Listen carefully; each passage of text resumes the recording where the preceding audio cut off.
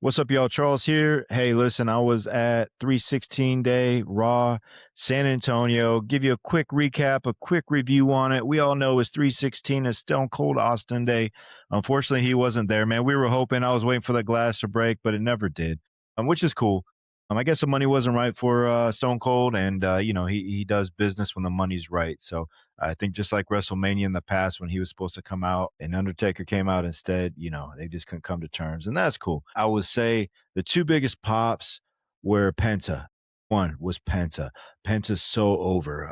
I know it's sway. I'm kind of swayed here in San Antonio because listen, like half the damn audience had Pentamass on. It was cool. And obviously being here in South Texas, man, it's the Mexican American culture here is huge.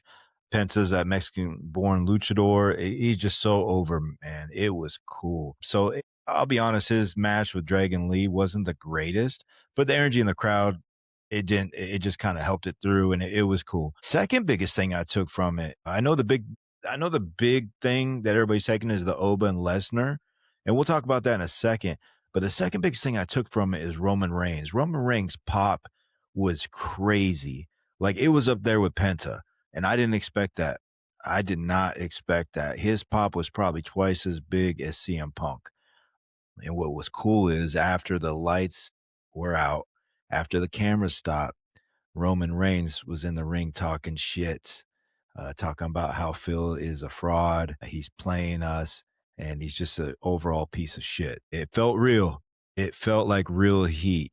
It felt personal. So I got that. That was my takeaway, man. That was probably one of the biggest moments. And obviously, the biggest moment everybody's talking about is the Oba and Lesnar. Oba Lesnar, it was cool. Seth Rollins came in with all his little masked men, and not even little, these are grown ass men, right? And then Brock comes out and just starts tossing these dudes like garden gnomes. It was hilarious. And then Oba came out, and Brock did what always does. He does what's best for business. He put Oba over.